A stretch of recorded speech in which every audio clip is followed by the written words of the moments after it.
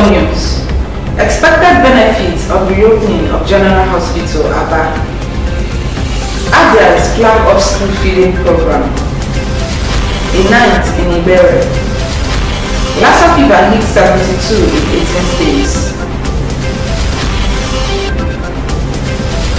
Good evening and welcome to MCO News at 7. I am Gloria Opara.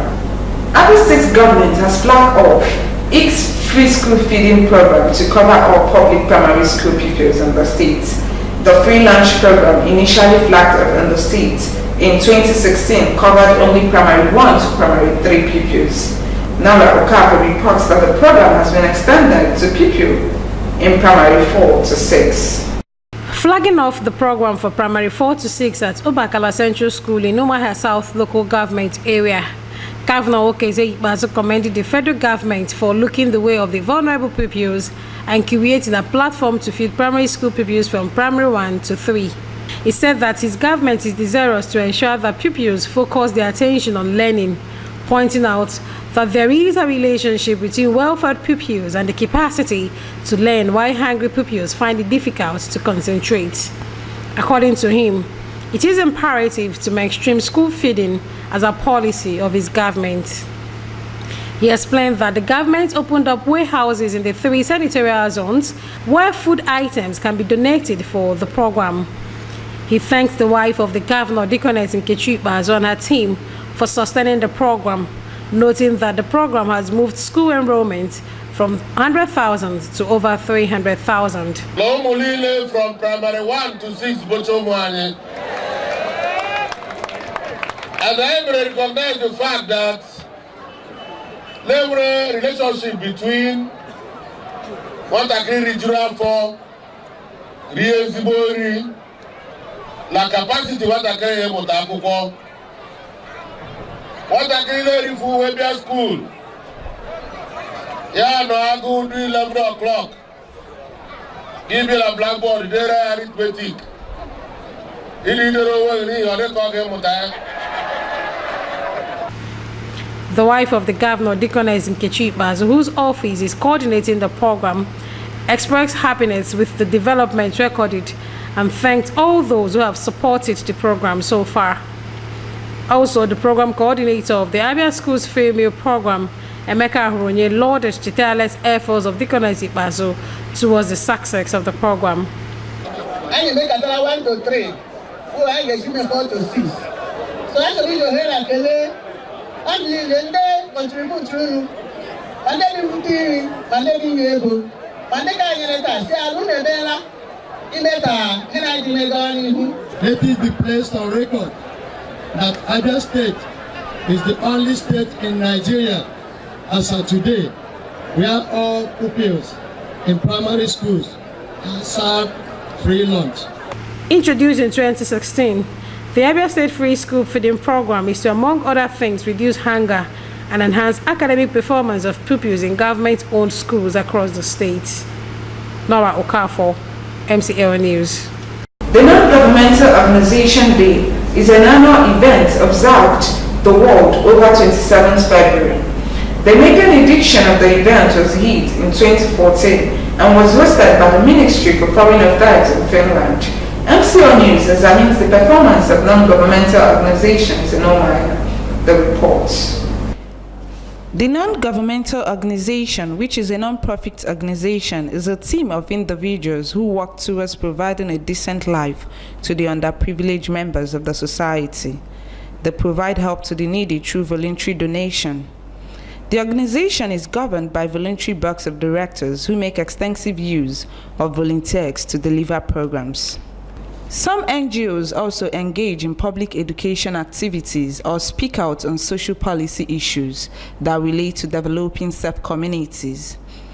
The World NGO Day is set aside to honor and remember NGO founders, employees, volunteers, members, and supporters of the organization.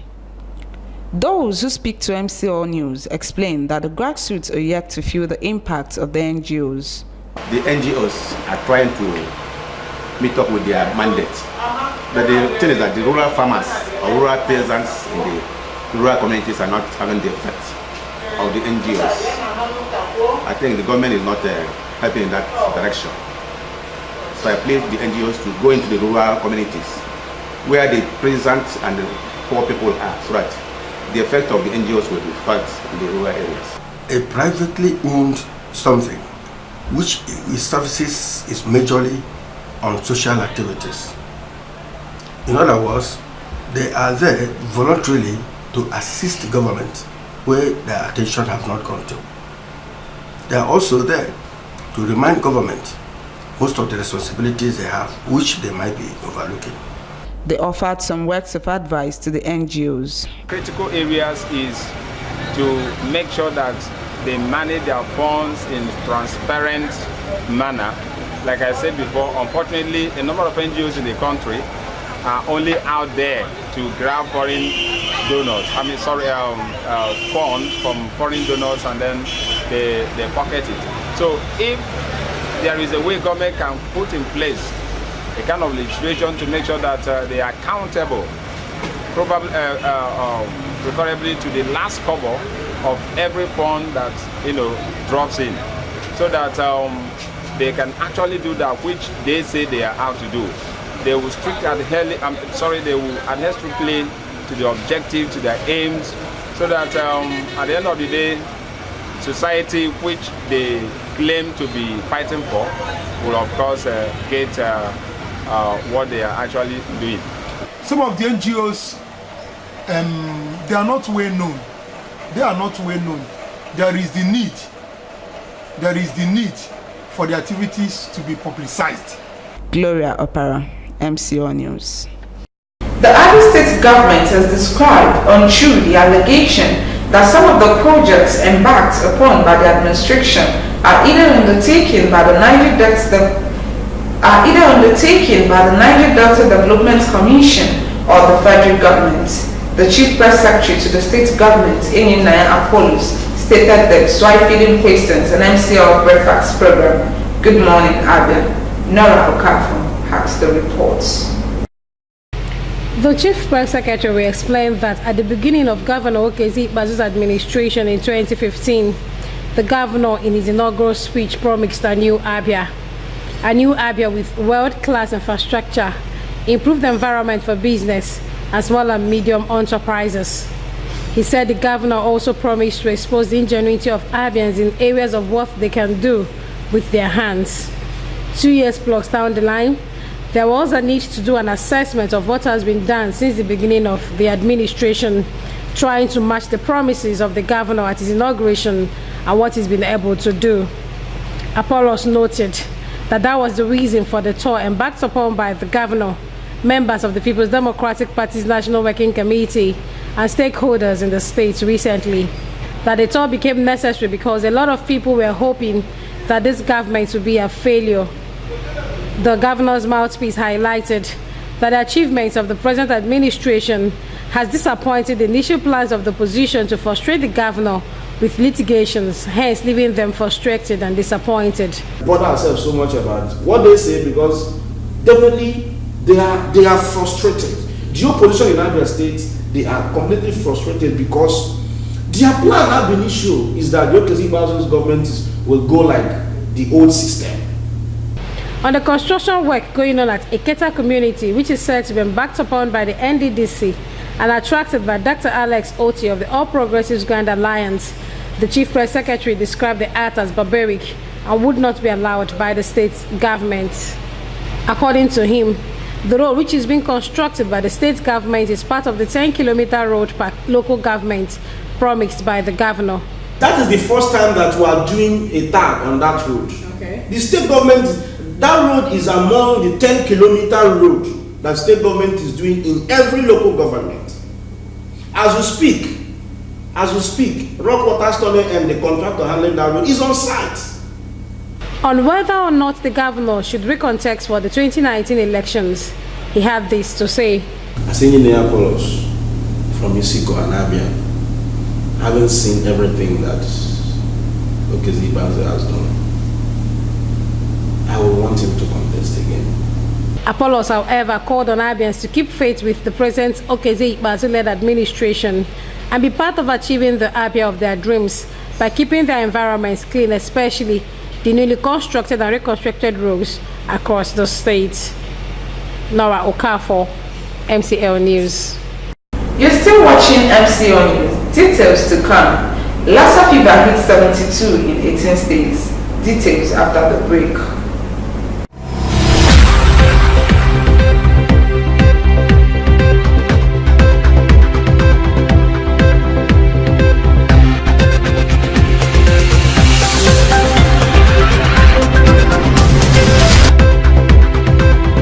You're welcome back. In case you're just joining us, this is MCL News at 7. Like most urban cities across Nigeria, Igbere in Benda local government area of Abia State has a night's life. Correspondent Emmanuel Mazwe visited Igbere during one of his cultural ceremonies and observed the night's life in Igbere. His reports.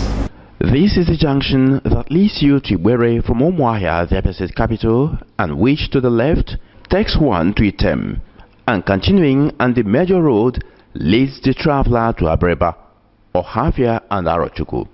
Igbere is the land of great merchants and warriors. As the day wears down, the night approaches and envelops everywhere in darkness. A night at Igbere narrates the story of a people cultured in friendship and hospitality. Before the night envelops the day, young men and ladies, including the elderly wearing the gear of youthfulness, have started assembling at joints for recreation. And as the night dims, the crowd grows and activities at joints quicken and ignite the night as in the daytime when people transact their business. It is also a busy time for Okada riders and other commercial vehicles, more particularly at the city center, which parades various businesses, services and goods of trade. You know, the day influences the night. Yes. Just like the spiritual controls the physical. Yes. So it's in this place. Like we are finished today, I've gone home, I've changed. Then I just have a bottle of red wine, hang out with these are my cousins. We hang out, we reminisce. We go back memory lane. No, the life over here is very chill. In the sense that it's a very fun, it's a very good one. In the sense that people do come, you see new faces, you see more people, and just like we are sitting here together now, our new friend, everybody just socializing, and they're very sweet one. Here, the crew met houses in the suya business because they have never experienced the intrusion of a camera beaming the lights on them at night. They were apprehensive until the assurance from the crew.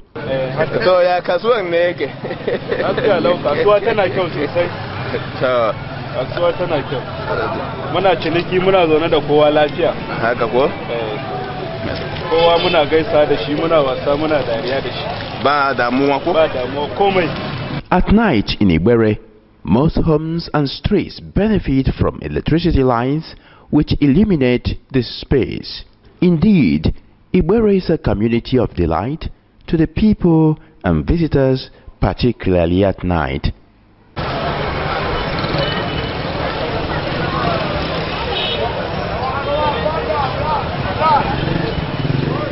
The Independent National Electoral Commission (INEC) has announced dates for general elections in the country for the next 36 years, starting from 2019 to 2055. Chairman of the Commission, Professor Mahmoud Yakudi, made the announcement as a consultative meeting with leaders of political parties in Abuja. In 2019, the dates are February 16 and March 2nd. In 2023, the dates are February 18 and March 4th. The election for 2027 will hold on February 20th and March 6th, while in 2031, it is February 15 and March 1st. For 2035, elections are slated for February 17th and March 18th, and February 19th and March 5 for 2039, while 2043, elections will hold on February 21 and March 7th. In 2047, election will take place in February 15th and March 2nd, and February 18th and March 1st for 2051, while in 2055 it is for February 20th and March 6th. The INEC boss pointed out In other democracies, period of elections were generally known and were not topics for speculation. Yakubu explained that the aim was to engender sanity in the election calendar and allow for long-term planning by the Commission and for all stakeholders. The Nigerian Center for Disease Control, NCDC, has said that 72 people have died of Lassa fever since 1st January this year. This is contained in the Center Solution Report on the virus. According to the reports published on Sunday, 25th February, 1,081 suspected cases were reported in 18 states. The affected states are Edo, Ondo, Bauchi, Nasarawa, Ebonyi, Anambra, Benue, Kogi, Imo, Plateau, Lagos, Taraba, Delta, Osun, Rivers, Gombe, Ekiti, and FCT. Edo remains the worst hit at 73% of all confirmed cases are from the states. To end the news, a recap on our major stories. The reactivation of healthcare delivery at the Aba General Hospital marks a step in the right direction in bringing healthcare activities closer to the residents of the city. MCO News correspondent has taken a look at the expected benefits of its resurgence to the healthcare need of residents of the city. We also brought to you that Abia State government has flagged off its free school feeding program to cover all public primary school pupils in the state. The program has been extended to pupils in primary 4 to 6. Like most urban cities across Nigeria, Ibewe in Bend, the local government area of Abia State, has a nightlife. MCO News correspondent visited Ibewe during one of its cultural ceremonies and observed the night in Ibewe. We also brought to you that the Nigerian Center for Disease Control, NCDC, has said that 72 people have died of Lassa fever since the 1st of January this year. This is contained in the center's situation report of the virus. With this, we come to the end of the news at 7. Thank you for watching us. I am Gloria Opara.